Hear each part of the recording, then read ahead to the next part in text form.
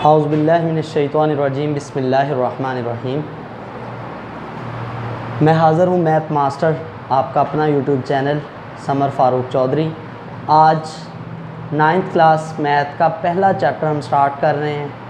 तो पहला मैथ का जो पहला चैप्टर है 9th क्लास में वह है हमारे पास मैट्रिक्सेस एंड डिटर्मिनेंट्स। तो मैट्रिक्स और डिटर्मिनेंट्स के बारे में हम पढ़ेंगे कि क्या होता है, उसको एक्सप्लेन करेंगे। सबसे पहले तो जो मैट्रिक्स हैं उनका हम उसका इंट्रोडक्शन पढ़ेंगे कि मैट्रिक्सेस जो हैं वो होते क्या हैं और वो कहाँ से आए हैं और किस काम आते हैं। तो सबसे पहले हम इनका इंट्रोडक्शन करते हैं। मैट्रिक्सेस क्या हैं? They are used in the field of math, physics, statics, electronics and the other branches of science. जो मैट्रिक्सेस हैं वो हमारे पास मैथ के अंदर भी इस्तेमाल होते हैं, फिज़िक्स में भी इस्तेमाल होते हैं, स्टैट में भी इस्तेमाल होते हैं, इलेक्ट्रॉनिक्स में भी इस्तेमाल होते हैं और मुख्तलिफ ब्रांच ऑफ साइंसेस के अंदर इसका इस्तेमाल होता है। ख़ासकर कंप्यूटर के अंदर इनका बहुत ज़्यादा इस्तेमाल है। They have played an important role in age of computer science. इस कंप्यूटर साइंस के इस जदीद दौर के अंदर मैट्रिक्सेस जो हैं उनका बहुत ज़्यादा कलीदी किरदार होता है। हमारे कंप्यूटर्स की जो लैंग्वेज हैं या उसको हम जो डाटा ट्रांसफ़र करते हैं वो मैट्रिक्सेस की फॉर्म के अंदर जमा करके दिया जाता है। तो हम कह सकते हैं कि जो मैट्रिक्सेस हैं इस जदीद दौर के अंदर, साइंस के अंदर, कंप्यूटर के अंदर, फिज़िक्स के अंदर, मैथ के अंदर, यानी कि जो भी साइंस की किस्में उन सब के अंदर इसका बहुत अहम किरदार होता है। तो ये मैट्रिक्सेस जो हैं वो आए कहाँ से, बने कैसे? तो एक साइंसदान था जी, आर्थर कैले। कहाँ से बिलोंग करता था? वो इंग्लिस्तान से बिलोंग करता था। इंग्लिश मैथमेटिशियन है जो इंग्लैंड से उसका ताल्लुक़ था।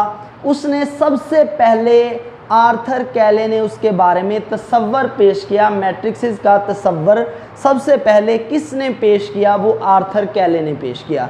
ये 9th क्लास के लिए MCQs वगैरह के लिए एक इम्पॉर्टेंट क्वेश्चन बनता है कि कालब का तसव्वुर किसने पेश किया, मैट्रिक्सेस जो हैं उसका जो आइडिया है वो किसने दिया है, उसका नाम क्या है? तो वो है जी आर्थर कैले। आर्थर कैले कौन है? वो एक इंग्लिस्तान का, इंग्लैंड का एक साइंसदान है, मैथमेटिशियन है, रियाजीदान है।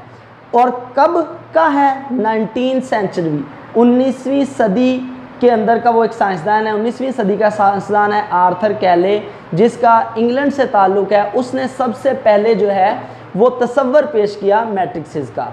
अब देखिए, उसने वो कहता है कि who first developed theory of matrices in 1858। सबसे पहले थ्योरी, मैट्रिक्सेस की थ्योरी जो है वो सबसे पहले उसने 1858, यानी कि वो कौन सा एग्जैक्ट जो फिगर है वो कौन सा है? 1858 जो है इस साल के 1858 जो है उस सन के अंदर उसने इसकी थ्योरी पेश की। और किस नाम से?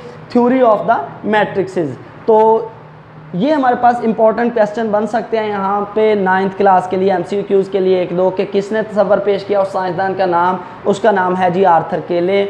और वो कहाँ से ताल्लुक़ रखता है? वो इंग्लिस्तान से, यानी कि इंग्लैंड से ताल्लुक़ रखता है, इंग्लिश मैथमेटिशियन है। और कब का है? 19th सेंचुरी का है, 19वीं सदी का है। और उसने कब इसका तसव्वुर पेश किया? थ्योरी ऑफ मैट्रिसेस जो है वो कब पेश हुई है? तो वो 1858 के अंदर। तो ये इंपॉर्टेंट चीज़ें हैं जो पहले इसके इंट्रोडक्शन में से जो आपको पता होनी चाहिए, जो हर बच्चे के इल्म में होनी चाहिए। इनमें से क्वेश्चन भी बन सकता है, वैसे भी जनरल नॉलेज है, ये आपके काम आएगा।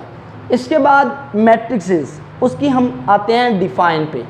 ये मैट्रिक्सेस होते क्या हैं? ये नई चीज़ आ गई, कहाँ से आई? 8 तक तो हमने इसके बारे में कोई नहीं पढ़ा। तो अब करते हैं इसकी डिफ़ाइन। डिफ़ाइन में a rectangular array or formation of collection of real numbers. Rectangular का मतलब आपको पता है मुस्ततीली होता है। अरे जो है इसे आम ज़ुबान में, या जो इसकी एग्जैक्ट मीनिंग है वो तो होता है सफ़ बंदी, यानी कि इसको अगर इकट्ठा करें तो बनता है कि मुस्ततीली सफ़ में या मुस्ततीली तरतीब में जो नंबर्स हैं, जो रियल नंबर हैं। रियल नंबर आपको पता है, काउंटिंग का कोई भी नंबर आ जाए, गिनती का कोई भी नंबर 2, 4, 6 पॉइंट में हो, बटे में हो, या आपके पास वैसे वैल्यू 5 हो, 5.2 हो, या 5/2 हो, इस तरह का कोई भी नंबर है तो वो क्या होता है? वो रियल नंबर होता है। तो वो कहता है कि अगर आपके पास कुछ रियल नंबर्स हैं, उनको कलेक्ट कर दो, उनको इकट्ठा कर दो एक रेक्टेंगुलर अरे के अंदर, उसे हम क्या बोलेंगे, जैसे कि rectangular array or formation of collection of real numbers से 0 1 2 3 4 एंड 7, कुछ भी इस तरह के हो सकते हैं, लाजमी नहीं है नंबर यही हो, नंबर्स जो हैं वो चेंज भी हो सकते हैं, इसमें कोई इशू वाली बात नहीं है। लेकिन उन नंबर्स को रेक्टेंगुलर अरे के अंदर बंद कर देने का जो प्रोसेस है उसे हम क्या बोलते हैं, उसे हम बोलते हैं मैट्रिक्स। वो कहता है rectangular array or formation of collection of real numbers, real numbers की जो कलेक्शन है उसे रेक्टेंगुलर रे के अंदर जो बंद करना है, जैसे ये नंबर 2 4 6 कुछ भी लिखे हुए हैं। देन इनक्लोज बाय ब्रैकेट्स, ये ब्रैकेट्स दी हुई हैं square brackets, is said to be form a matrix, हम कहते हैं कि एक मैट्रिक्स बन गया। लाजमी तौर पर इनके अंदर जो ब्रैकेट्स यूज होंगी वो स्क्वायर ब्रैकेट्स होंगे, जिसे हम बड़ी ब्रैकेट्स बोलते हैं।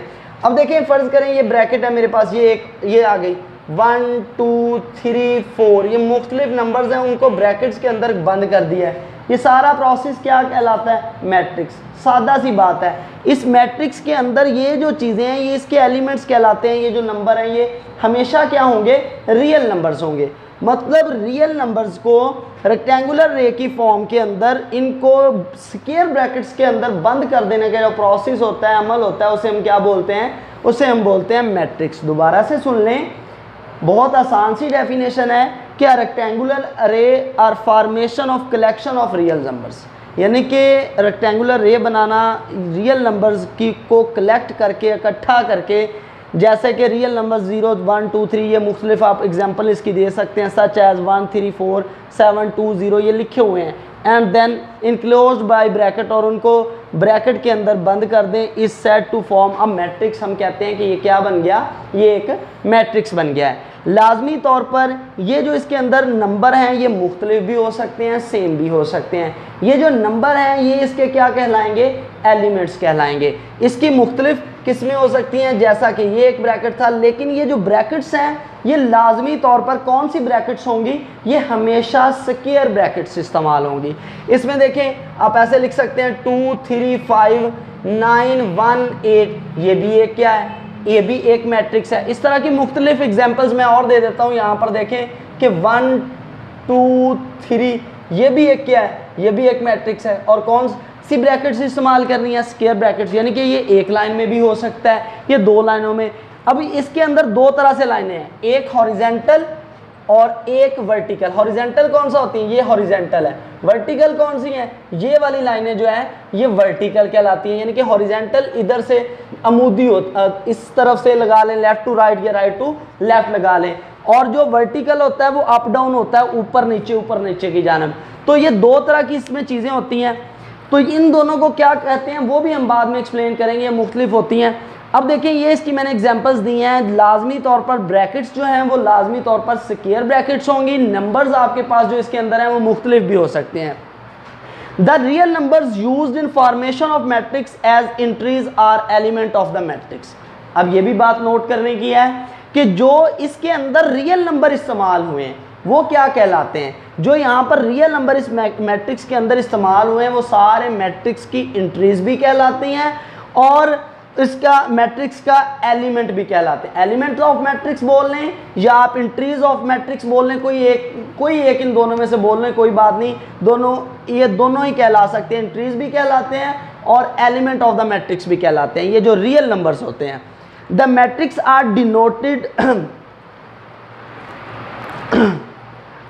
Denoted by the capital letter ABC English alphabetics. ये जो मैट्रिक्स होते हैं इनको हमेशा जो इनका नाम रखा जाता है वो हमेशा कैपिटल लेटर इस्तेमाल होता है। जैसा कि मैंने इस मैट्रिक्स का नाम रख लिया A, ये A जो होगा वो हमेशा ग्रेटर A होगा। फर्ज करें इसका नाम मैंने B रखा है, तो ये B जो होगा वो हमेशा क्या होगा, वो कैपिटल लेटर होगा। फर्ज करें इसका नाम मैंने C रखा है, तो C क्या होगा, वो कैपिटल लेटर होगा। और इसी तरह and the element entries of the matrix are denoted by the small alphabetics. जो एलिमेंट या एंट्रीज हैं वो हमेशा क्या होंगी, वो स्मॉल अल्फ़ाबेटिक्स होंगी। लाजमी नहीं है कि ऐसे ही लिखा जाए। ये देखिए, मैं आपको एक एग्जांपल देता हूँ। फर्ज करें मेरे पास ये A मैट्रिक्स है, A जो है इसका नाम रखा है, लाजमी तौर पर ये कौन सा अल्फ़ाबेटिक्स होगा, बड़ा। फर्ज करें आप मिसाल के तौर पर जनरली जो मैट्रिक्स के अंदर वाली वैल्यूज लेते हैं वो होते तो रियल नंबर ही हैं, लेकिन हमें नहीं पता वो रियल नंबर है, उनको हमने खुद से रखना है। तो अगर वो एंट्रीज रखेंगे भी तो वो हमेशा स्मॉल लेटर होंगे। जैसे फर्ज करें ए बी सी डी, इनकी कोई ना कोई रियल वैल्यू होगी, ये रियल नंबर ही होंगे, लेकिन हमने पता नहीं है कौन से रियल नंबर हैं, इसलिए इनका कोई नाम रखा है। जब एंट्रीज इस तरह से रखेंगे वो लाजमी तौर पर कौन से नंबर होंगे, वो स्मॉल लेटर्स होंगे, स्मॉल अल्फाबेटिक लेटर्स। और जो इसका नाम रखेंगे वो हमेशा क्या होगा, वो बड़ा होगा। तो ये आप याद रखिएगा, मैट्रिक्स की डेफिनेशन होगी। अब इसके बाद मैट्रिक्स की डेफिनेशन के बाद जो मैंने दो चीज़ें बताई थी कि इसके अंदर दो तरह से लाइनें होती हैं, एक जो होती हैं वो हॉरिजेंटल होती हैं और दूसरी जो होती हैं वो वर्टिकल होती हैं। तो इनको कैसे बोला जाता है, आगे हमारे पास टॉपिक है rows and column of the matrix, matrix की रोज या कॉलम। तो यहाँ पर देखें कि मैंने एक मैट्रिक्स लिखा है, ये वाला 1 2 0 3 5 4 2 1 -1। पीछे जितनी भी मैंने एग्जांपल्स दी थी वो या तो उसके अंदर दो हॉरिजॉन्टल लाइन थी या एक थी, और इसी तरह वर्टिकल लाइनें तो इसमें 3 थी, इसमें भी 2 थी, इसमें 3 थी। अब ये जो मैट्रिक्स की मैं एग्जांपल दे रहा हूँ इसके अंदर 3 ही हॉरिजॉन्टल लाइनें हैं और 3 ही वर्टिकल लाइनें हैं। 3 इस तरह से हॉरिजॉन्टल लाइनें हैं लेफ्ट टू राइट या राइट टू लेफ्ट, और 3 ही इसके अंदर वर्टिकल लाइनें हैं, यानी कि अप डाउन या डाउन अप। ठीक है, तो बेटा ये जो मैट्रिक्स है इसके अंदर रोज क्या होती हैं और कॉलम्स क्या होते हैं। The entries of the matrix presented in horizontal way are called the rows. जो हॉरिजॉन्टल वे में आपके पास एलिमेंट्स या एंट्रीज होती हैं वो हमेशा क्या कहलाती हैं, वो रोज कहलाती हैं। जैसा कि बेटा ये हॉरिजॉन्टल यहाँ पर ये आपके पास आ गई, ये हॉरिजॉन्टल दूसरी आ गई, ये तीसरी आ गई, ये आपके पास R1 पहली रो, R2 दूसरी रो, R3 तीसरी रो। तो ये एक ऐसा मैट्रिक्स है जिसके अंदर कितनी रोज हैं, 3 है। फर्ज करें मेरे पास एक और मैं एग्जांपल लेता हूँ, ए फर्ज करें मेरे पास मैट्रिक्स है ए व बी। तो बेटा इसके अंदर कितने रोज हैं, तो देखें हॉरिजॉन्टल लाइन सिर्फ इसमें एक ही बन रही है, तो इसके अंदर कितनी रोज हैं, एक रो है। फर्ज करें ये वाला मेरे पास बी मैट्रिक्स होता, मैं उसके एग्जांपल लेता हूँ 2 3 5 9, मैंने खुद से लिया है।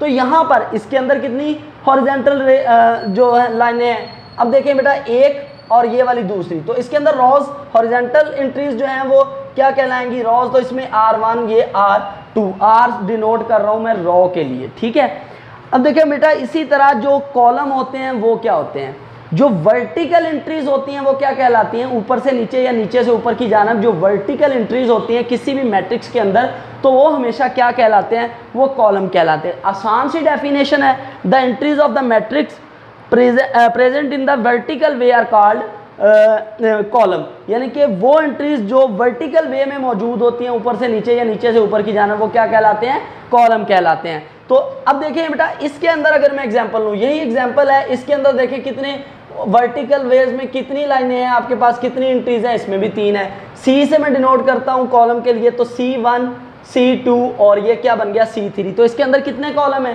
3। अब बेटा इस वाले में कितने कॉलम है, एक वर्टिकल लाइन और दूसरी वर्टिकल लाइन, 2 कॉलम है। बेटा इसी तरह इसके अंदर कितने कॉलम है, 1 और 2, इसके अंदर भी 2 कॉलम है। फर्ज करें ये वाली है तो इसके अंदर भी कितने कॉलम है, देखें C1 और C2 2 कॉलम है। इसी तरह मैं फर्ज करूँ ये कोई D वाला मैट्रिक्स लेता हूँ, इसके अंदर 1 3 5 और 9। बेटा इसके अंदर कितने आपके पास मैट्रिक्स के अंदर, इस मैट्रिक्स के अंदर जो है वो आपके पास कितने कॉलम हैं, देखें वर्टिकल लाइनें 1 2 3 और 4। तो इसके अंदर कितने कॉलम हैं, 4। तो बेटा ये जो आपके पास रोज और कॉलम वाला टॉपिक क्लियर होना चाहिए कि जो हॉरिजॉन्टल रोज हैं वो हमेशा क्या कहलाती हैं, रोज कहलाती हैं, और जो वर्टिकल लाइनें हैं मैट्रिक्स के अंदर वो हमेशा क्या कहलाते हैं, वो कॉलम्स कहलाते हैं। इससे आगे टॉपिक है जी matrix, order of the matrix. इससे आगे टॉपिक है जी order of the matrix. Order of matrix क्या होता है, बेटा देखें कि the number of rows and column in a matrix are called order of the matrix. किसी भी मैट्रिक्स के अंदर उसके अंदर जो मजमूई तादाद होती है उसकी रोज की और जो उसके कॉलम्स की तादाद होती है वही उसका क्या होता है, ऑर्डर। देखें the number of rows and column in a matrix are called order of the matrix, के किसी मैट्रिक्स के अंदर जो उसके नंबर ऑफ रॉज होते हैं और जो नंबर ऑफ कॉलम्स होते हैं वही उसका क्या कहलाता है, ऑर्डर कहलाता है। इसकी सादा सी मिसाल ये है, इफ़ अ मैट्रिक्स ए, अगर आपके पास कोई मैट्रिक्स ए हो, हैज़ एम रॉज, और उसके रॉज की तादाद जो है वो एम हो, एंड एन कॉलम, और उसके अंदर जो कॉलम्स की तादाद हो वो एन हो, then A said to be of order, और ए का जो ऑर्डर होगा वो क्या कहलाएगा, M by N, M by N. सबसे पहले हमेशा नंबर ऑफ रॉज लिखे जाएंगे, फिर दूसरे नंबर पर हमेशा क्या लिखे जाएंगे, कॉलम। कभी भी किसी मैट्रिक्स का ऑर्डर लिखते वक्त पहले कभी भी कॉलम नहीं लिखा जा सकता। जब भी आप ऑर्डर लिखेंगे हमेशा पहली चीज़ क्या लिखेंगे, आप हमेशा पहले उसके अंदर जो रॉज की तादाद है वो लिखेंगे और दूसरे नंबर पर जो उसके कॉलम्स की तादाद है वो लिखेंगे। बाय एग्जांपल फ़र्ज़ करें मेरे पास ये ए कोई मैट्रिक्स है, इसके अंदर 2 3 1 9 5 2 ये एक मैट्रिक्स है। और बेटा एक छोटी सी बात याद रखिएगा कि जब भी मैट्रिक्स लिखना है तो दरमियान में यहाँ पर प्लस या माइनस या कोई इस तरह की अलामत या वाव वगैरह नहीं डालना। ये सिंपल वैसे 2 वक्फा फिर 3, ये अलग-अलग एंट्रीज है, 2 अलग एंट्री है, 3 अलग है, 1 अलग है। इसी तरह 9 अलग है, 5 अलग है और 2 अलग है। ये सारी इसकी टोटल 6 एंट्रीज हैं। ये इसके अंदर रॉज की तादाद कितनी है, ये वर्टिकल लाइन आपके पास एक रो और ये वाली दूसरी रो, इसे आप कहेंगे R1, इसे कहेंगे R2।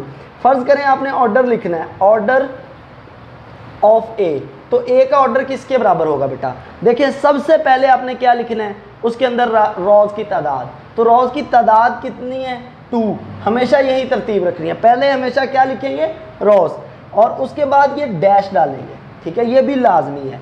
इसके बाद बाई लिखेंगे, 2 बाई, और उसके बाद बेटा क्या लिखेंगे, इसके अंदर जो कॉलम्स की तादाद है।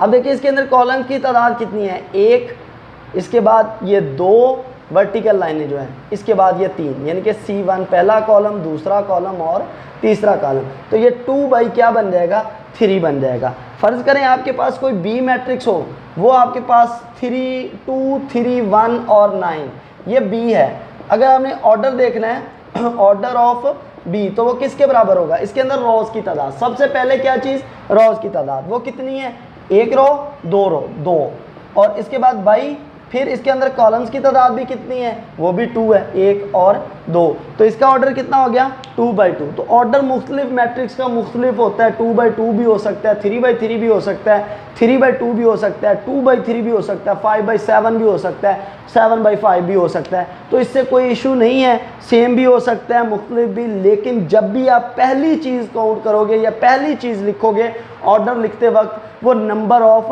रॉज होंगे, और जो दूसरी चीज़ लिखोगे हमेशा वो क्या होगी, वो नंबर ऑफ कॉलम्स होंगे। तो ये इसका ऑर्डर होता है, ऑर्डर ऑफ मैट्रिक्स। मेरा ख्याल है आप लोगों को समझ आ गया। दोबारा से एक्सप्लेन कर देता हूँ बेटा कि ऑर्डर क्या होता है। किसी भी मैट्रिक्स के अंदर उसका ऑर्डर ये होता है कि उसके अंदर जितनी रॉज हैं टोटल तादाद, और जितने उसके अंदर कॉलम है उस सारे कॉलम्स की तादाद, वही इसका ऑर्डर है। यानी कि फ़र्ज़ करें ये मैट्रिक्स है, इसके अंदर रॉ 2 थी और कॉलम कितने थे, 3, तो इसका ऑर्डर क्या है, 2/3। और जब भी कॉलम लिखोगे तो ऑर्डर लिखोगे तो हमेशा पहले जो चीज़ लिखोगे वो उसके रॉज की तादाद होगी, और दूसरे नंबर पर लिखे जाने वाली चीज़ जो है वो उसके कॉलम्स की तादाद होगी। तो बेटा ऑर्डर ऑफ मैट्रिक्स का टॉपिक क्लियर हो गया।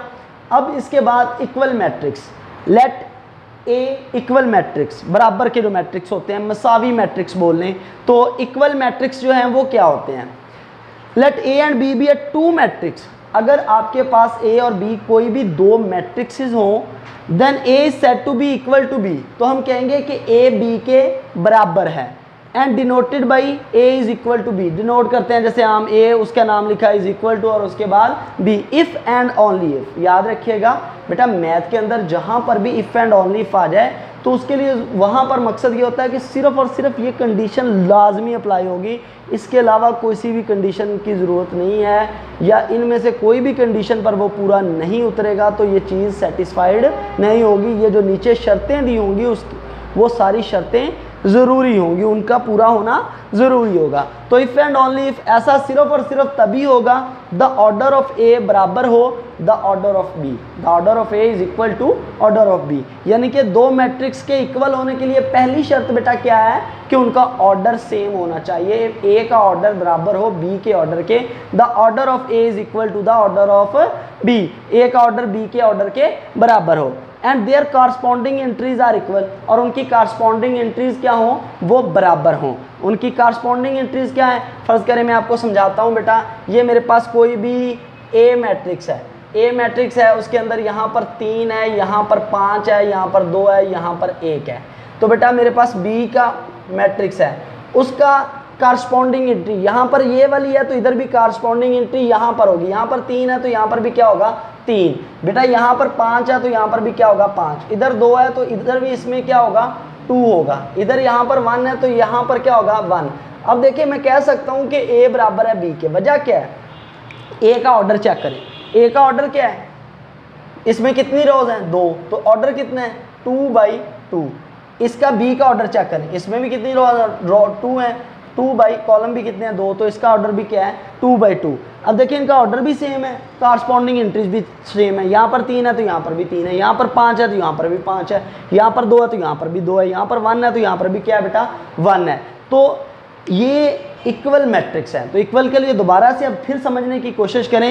Late A and B B are 2 matrix, A और बी कोई 2 मैट्रिक्स हो, then A is said to be equal to B. A को हम कहेंगे कि ये जी बी के बराबर है, एंड डिनोटेड बाई, और इसे कैसे डिनोट करेंगे, A is equal to B if and only if. ऐसा सिर्फ और सिर्फ तभी होगा, पहली शर्त यह है कि the order of A is equal to order of B, के ए का ऑर्डर बी के ऑर्डर के बराबर होना चाहिए। Their corresponding entries are equal, और उनकी कॉरस्पॉन्डिंग एंट्रीज जो हैं वो भी एक दूसरे के क्या हों बराबर हों। ये मैंने ए इज इक्वल टू बी की आपको एग्जाम्पल दिया है। इसी तरह ये एक एग्जाम्पल मैंने पहले से लिखी हुई है, ये भी नोट करें। ए इज इक्वल टू 1 3 -4 और 2, माइनस भी आ सकता है किसी एंट्री के साथ, उसमें कोई इशू नहीं होता। अब बी मैट्रिक्स देखें 1, ये यहाँ पर क्या लिखा हुआ है 2+1। बेटा देखिए ये सिर्फ एक एंट्री है, जब दरम्यान में प्लस आ गया तो मतलब ये एक एंट्री है, 2 और 1 को इकट्ठा करके ये एंट्री क्या बन जाएगी 2+1 कितना होता है 3। तो इसका मतलब ये वाली जो एंट्री है हमारे पास वो कितनी है, वो 3 है। ये -4 वैसे ही आ गया, ये वाली 4 - 2 ये भी एक एंट्री है, 4 - 2 कितना होता है 2। अब बेटा देखिए इनको कंपेयर करें, इसका ऑर्डर कितना है 2/2, इसका ऑर्डर 1 3 -4 2, इसका भी ऑर्डर क्या है 2/2। तो बेटा इसकी कॉरस्पॉन्डिंग एंट्रीज यहाँ पर 1, यहाँ पर भी 1, यहाँ पर 3, यहाँ पर भी 3, यहाँ पर -4, यहाँ पर भी -4, ये वाला 2 और ये 4 - 2 भी क्या होता है 2 ही होता है। तो बेटा इसका मतलब इनकी कॉरस्पॉन्डिंग एंट्रीज भी आपस में क्या है इक्वल। तो हम कह सकते हैं कि ए और बी जो है वो आपस में क्या है बराबर। तो ये इक्वल मैट्रिक्स की डेफिनेशन। जी बेटा इसके बाद है एक्सरसाइज 1.1, आपकी पहली एक्सरसाइज जो हमने थ्योरी पढ़ी है मैट्रिक्स की, order of matrix, row columns और इक्वल मैट्रिक्स, उसी से रिलेटेड है पहली एक्सरसाइज। इसमें क्वेश्चन नंबर 1 है जी, find the order of matrix. पहला क्वेश्चन ये है कि जो नीचे मैट्रिक्स दिए हुए हैं इनका ऑर्डर फाइंड करें। ये कुछ मैट्रिक्स दिए हुए हैं, जैसे ये ए दिया हुआ है, बी, ये मुख्तलिफ मैंने पहले से लिखे हुए हैं, तो हमने इनका ऑर्डर बताना है बेटा। तो देखें पहला मैट्रिक्स है ए, 2 3 -5 और 6, इसका हमने बताना है बेटा ऑर्डर। तो ऑर्डर क्या होता है, the number of rows and column of a matrix are called order of the matrix. जो उसके अंदर रोज की तादाद होती है और जो उसके अंदर कॉलम्स की तादाद होती है। तो बेटा इसके अंदर देखें, इस ए के अंदर कितनी रोज हैं, ये वाली देखें भाई बेटा, एक R1 है और ये R2। तो इसका मतलब इसके ऑर्डर में पहले हमेशा हम क्या लिखते हैं रो। तो यहाँ पर कितनी रोज आएंगी 2 बाई, इसके अंदर कितने मैट्रिक्स कॉलम्स हैं बेटा इस मैट्रिक्स के अंदर 1 और ये वाला 2, तो C1 C2। तो इसका ऑर्डर क्या आ गया 2/2। तो इसका ऑर्डर कितना बना 2/2। सेम ऐसे ही बेटा 2 0 3 5, इसके अंदर कितनी रोज हैं 1 और ये वाली 1 और ये वाली 2। इस तरह कितने कॉलम है 1 और ये वाला 2। तो बेटा इसके अंदर इसका ऑर्डर भी कितना है 2/2, ये ऐसे साथ मैंने लिख दिया। इसके बाद बेटा इसमें देखें, इसके अंदर कितनी रोज हैं, एक रो है R1। तो इसके अंदर कॉलम कितने हैं, एक C1 और दूसरा C2। तो इसके अंदर पहले हमेशा किस चीज़ को लिखा जाएगा, रोज को। तो रो कितनी है इसमें 1 1 डैश बाई और उसके बाद डैश, फिर इसके अंदर कॉलम्स की तादाद कितनी है हमारे पास 2 है, तो इसका ऑर्डर कितना है 1/2। इसका ऑर्डर कितना है, इसमें रोज की तादाद 1 2 3 और कॉलम कितना है सिर्फ 1, तो इसमें ऑर्डर कितना आएगा, पहले रोज कितनी है हमारे पास 3 बाई क्या आ जाएगा 1, ये इसका ऑर्डर आ गया। इसके बाद ये ई वाला है बेटा, इसके अंदर कितनी रोज हैं 1 2 3, हॉरिजेंटल लाइंस आर कॉल्ड रोज, तो इसमें 3 हॉरिजेंटल लाइंस हैं, तो रोज कितनी है 3 बाई, तो कॉलम कितने हैं वर्टिकल लाइंस कितनी है 2, तो 1 और 2, तो यहाँ पर 3 बाई क्या आ जाएगा 2, तो इसका ऑर्डर क्या बन गया बेटा 3/2। सेम इसी तरह ये अकेला 2 है, इसके अंदर रोज कितनी है 1, कॉलम वर्टिकल लाइन देखो तो 1, तो इसका ऑर्डर क्या आएगा 1/1। इसी तरह बेटा इसमें देखें, इसमें रोज कितनी है 1 2 और फिर 3, इसी तरह कॉलम कितने हैं 1 2 और ये वाला 3, तो इसका ऑर्डर क्या आएगा 3/3 आ जाएगा। सेम बेटा इसके अंदर एच वाले में देखें कितनी रोज हैं 1 2, कॉलम कितने हैं 1 2 और ये 3, तो इसका ऑर्डर क्या आएगा 2/3 आ गया। समझ आ गई बेटा, तो ये पहला क्वेश्चन है, पहले का जवाब है 2/2, दूसरे का भी 2/2, सी वाले का है 1/2, डी वाले का है 3/1, ई वाले का है 3/2, एफ वाले का है 1/1 और जी वाले का है 3/3 और इसी तरह एच वाला जो है वो 2/3।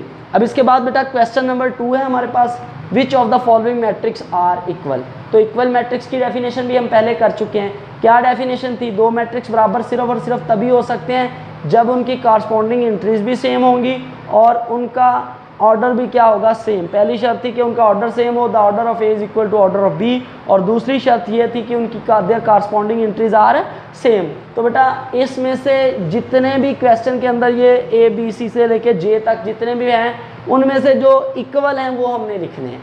तो यहाँ पर बेटा मैं इसके आंसर देखें, पहला ए है, ए में अकेला 3 आता है, कोई और है जिसमें अकेला 3 आता हो, ऐसा कोई भी मैट्रिक्स नहीं है, तो ए जो है वो अकेला ही है, इसका साथ का इसमें और कोई भी नहीं है। अब बेटा यहाँ पर देखें ये जो बी वाला है, अब बी के जैसा कोई और है जिसमें 3 और 5 हो, ये वाला 5 - 2 है, ये वाला नहीं होगा। ये वाला देखें डी वाला, तो बी इज इक्वल टू क्या आ गया डी, 5 और 3 नहीं बेटा सॉरी ये भी नहीं है, ये 5 और 3 है, ये 3/5। इनका ऑर्डर तो सेम है लेकिन कॉरस्पॉन्डिंग एंट्रीज इसकी सेम नहीं है, इसलिए बी और डी को आप बराबर नहीं लिख सकते। इसमें 3 पहले नंबर पे है, इसमें दूसरे नंबर पे, इसमें 5 दूसरे पे है, इस पे 5 पहले पे है, तो इनका ऑर्डर सेम ज़रूर है लेकिन इनकी कॉरस्पॉन्डिंग एंट्रीज सेम नहीं है। कोई और ऐसा बेटा, अब देखिए 3 और 5 ये वाला है बी के साथ का, अगर आई वाला देखो तो आई वाले में भी क्या 3 और 3 + 2, तो वो भी क्या 3 + 2 एक एंट्री है, इसको इकट्ठा करेंगे 3 और 2 क्या बन जाएगा 5, 3 और 5। बी वाले में क्या था 3 और 5, बी और आई तो आपस में बराबर हैं। एक दफ़ा इस बुक में मैं इसको देखता हूँ जो क्वेश्चन है, क्वेश्चन के अंदर जो बेटा डी दिया हुआ है वो 5 और 3 ही दिया हुआ है। इसके बाद बेटा देखते हैं ये दोनों आपके पास ये वाला और ये वाला तो सेम हो गए। अब देखिए जो सी है वो 5 और -2 है, सी जो है वो 5 और -2 है और डी जो है वो 5 और 3 है। अब इसके जैसा कोई और हो, सी के जैसा 5 और -2, इसमें मेरा नहीं ख्याल कोई और हो, तो इसके वाला सी वाला भी एक दफ़ा छोड़ देते हैं।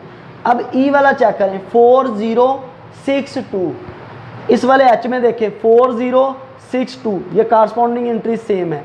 इसी तरह ये जे वाला देखें, 2 और 2 इकट्ठा करेंगे तो क्या बन जाएगा 4, 2 - 2 इकट्ठा करेंगे क्या बन जाएगा 0, 2 + 4 देखेंगे तो क्या बन जाएगा 6, 2 + 0 देखें तो क्या बन जाएगा 2। अब इस वाले ई में देखें 4062, एच वाले में देखें 4062 और जे वाले में देखें 4062, तो इसका मतलब E is equal to H is equal to क्या आ गया जे, ये वाले 3 आपस में क्या हैं बराबर हैं। इसके बाद बेटा एफ वाला देखते हैं, तो एफ वाले में ऊपर 2 आता है नीचे 6 आता है, और इसमें देखें जी वाले में अगर 3 - 2 करें, 3 - 1 करें तो क्या बन जाता है 2, और 3 + 3 करें तो क्या बन जाता है 6। एफ वाले में देखें 2 और 6 है, जी वाले में देखें 2 और 6 है, तो इसका मतलब एफ बराबर है किसके जी वाले के, और कोई रह गया। अब इसका मतलब ये आपस में बराबर है, तो ये जो बराबर थे लिख दिए, बी और आई आपस में बराबर हैं, ई एच और जे आपस में बराबर हैं, एफ और जी आपस में बराबर हैं। लेकिन बेटा ये जो ए है इसके साथ का कोई और नहीं है। इसी तरह ये जो C है इसके साथ का भी कोई और नहीं है। सेम इसी तरह बेटा जो D है इसमें भी इसके साथ का कोई और नहीं है। तो ये जो तीन है ये तीनों मुख्तलिफ हैं। तो बाकी ये जो बराबर हैं B is equal to I, E is equal to H is equal to J और F is equal to G। तो ये हमारे पास क्वेश्चन इसका सॉल्व हो गया। इसके बाद बेटा तीसरा और आखिरी क्वेश्चन है, find the values of A, B, C and D which satisfies the matrix equation. Matrix equation दी हुई है, यहाँ पर देखें ये दो मैट्रिक्स हैं, इनके लिए ये दरमियान में बराबर का अलामत लगाई हुई है। तो देखें हमने A, B और C और D की वैल्यू निकालनी है जो इस मैट्रिक्स इक्वेशन को सेटिस्फाई करे। अब देखें दो मैट्रिक्स के दरमियान में बराबर दिया हुआ है। अगर दो मैट्रिक्स इक्वल कब होते हैं? सिर्फ और सिर्फ तभी हो सकते हैं जब उनका ऑर्डर सेम हो। इनका ऑर्डर, इसका ऑर्डर क्या है? 1 2, 1 और 2। इसका ऑर्डर भी 2/2 है, इसका ऑर्डर भी 2/2 है, तो इसका ऑर्डर तो सेम है। Their corresponding entries also same. जब उसने कह दिया कि ये बराबर है तो लाजमी तौर पर बेटा इनकी कारस्पॉन्डिंग एंट्रीज क्या होंगी? वो सेम होंगी, अदरवाइज ये बराबर हो ही नहीं सकते। हमने पढ़ा था ना कि उसकी डेफिनेशन में कि दो मैट्रिक्स इक्वल कब होते हैं? जब उनकी कारस्पॉन्डिंग एंट्रीज सेम होगी, जब उनका ऑर्डर सेम होगा। तो लाजमी ये मैट्रिक्स उसने दिया हुआ है, खुद से दिया है, क्वेश्चन के अंदर दिया हुआ है और दोनों के दरमियान में क्या दिया हुआ है? बराबर। तो ये लाजमी तौर पर ये मैट्रिक्स क्या हैं? ये आपस में बराबर हैं। तो अगर ये आपस में बराबर हैं तो इनकी कारस्पॉन्डिंग एंट्रीज क्या होंगी? वो भी सेम होंगी। तो सिचुएशन में पहले देखें A प्लस C, वो इधर A प्लस C आता है तो इधर कितना आता है? वो 0। इसे पहली इक्वेशन का नाम दे देते हैं। फिर A प्लस 2B और इधर क्या आता है? -7। तो A प्लस 2B किसके बराबर आएगा? -7 के। इसे दूसरी इक्वेशन का नाम दे दिया।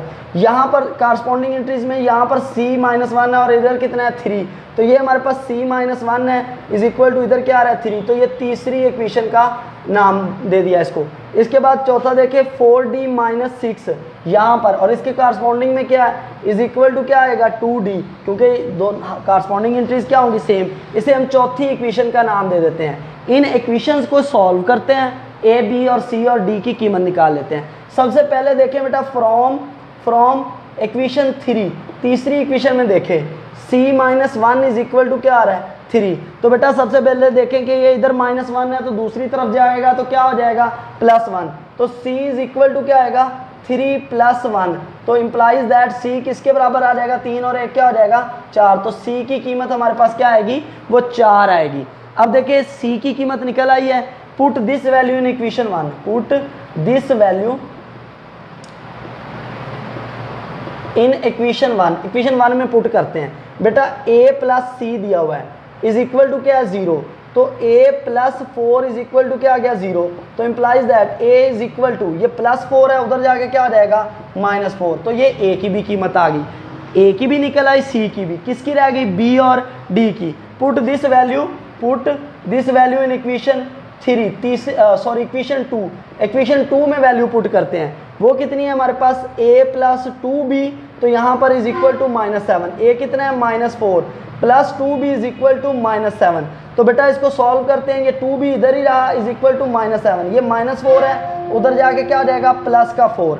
तो 2B इज इक्वल टू -7 + 4 क्या हो गया? -3। तो B इज इक्वल टू, ये 2 इधर मल्टीप्लाई हो रहा है तो उधर जाके क्या हो जाएगा? डिवाइड। तो B इज इक्वल टू क्या आ गया? -3/2। अब बेटा लास्ट A, B, C तीनों की वैल्यू निकल आई है। D है तो D के लिए हम क्या कहते हैं? फ्रॉम इक्वेशन 4, चौथी इक्वेशन को देखें तो 4D-6 इज इक्वल टू बेटा क्या आ रहा है? 2D। ये 4D, ये 2D इधर आएगा तो क्या हो जाएगा? -2D। ये 6 उधर जाएगा, इधर माइनस क्या उधर जाके प्लस का। 4D - 2D क्या हो गया? 2D इज इक्वल टू क्या आ गया? 6। बेटा D इज इक्वल टू 2 इधर मल्टीप्लाई हो रहा है, इधर जाके क्या होगा? डिवाइड। तो D इज इक्वल टू क्या आ गया? 2 3 6। तो यहाँ पर D इज इक्वल टू क्या आ गया? 3। तो A B C, A की वैल्यू -4 आ गई, B की वैल्यू -3/2, C की वैल्यू 4 आ गई और D की वैल्यू 3 आ गई। तो ये एक्सरसाइज हमारी कंप्लीट होगी। उम्मीद है कि आप सबको समझ आई होगी। अगर मज़ीद आपका कोई क्वेश्चन हो मुझे मेरे नंबर पे कॉल कर लें या उसके अलावा मुझसे कमेंट में कहें तो इंशाल्लाह अगले टॉपिक में आपको समझा देंगे, मज़ीद एक्सप्लेन कर देंगे। तो काइंडली अगर वीडियो अच्छी लगी हो तो इसको लाइक कीजिएगा, कमेंट कीजिएगा और उसके बाद मेरे चैनल को जो है वो सब्सक्राइब कीजिएगा और बेल आइकन को प्रेस कर दें ताकि आपको हर अगली वीडियो का नोटिफिकेशन मिलता रहे। हमने शुरू किया है तो उम्मीद है इंशाल्लाह अगर आप साथ साथ चलेंगे तो आपको पूरी 9th क्लास की जो मैथ है वो इजीली समझ आ जाएगी। हम टॉपिक बाय टॉपिक करेंगे। पहली एक्सरसाइज आज हमने कंप्लीट किया है, पहला हमारा टॉपिक था, पहला हमारा लेक्चर था। इंशाल्लाह उम्मीद करता हूँ कि जल्द से जल्द जो है हम इसको कंप्लीट करेंगे। मैथ वाला जो पूरा 9th का मैथ है इसको कंप्लीट करेंगे और आप लोगों को इससे इंशाल्लाह फ़ायदा होगा। इजाज़त दीजिएगा, अल्लाह हाफ़िज़।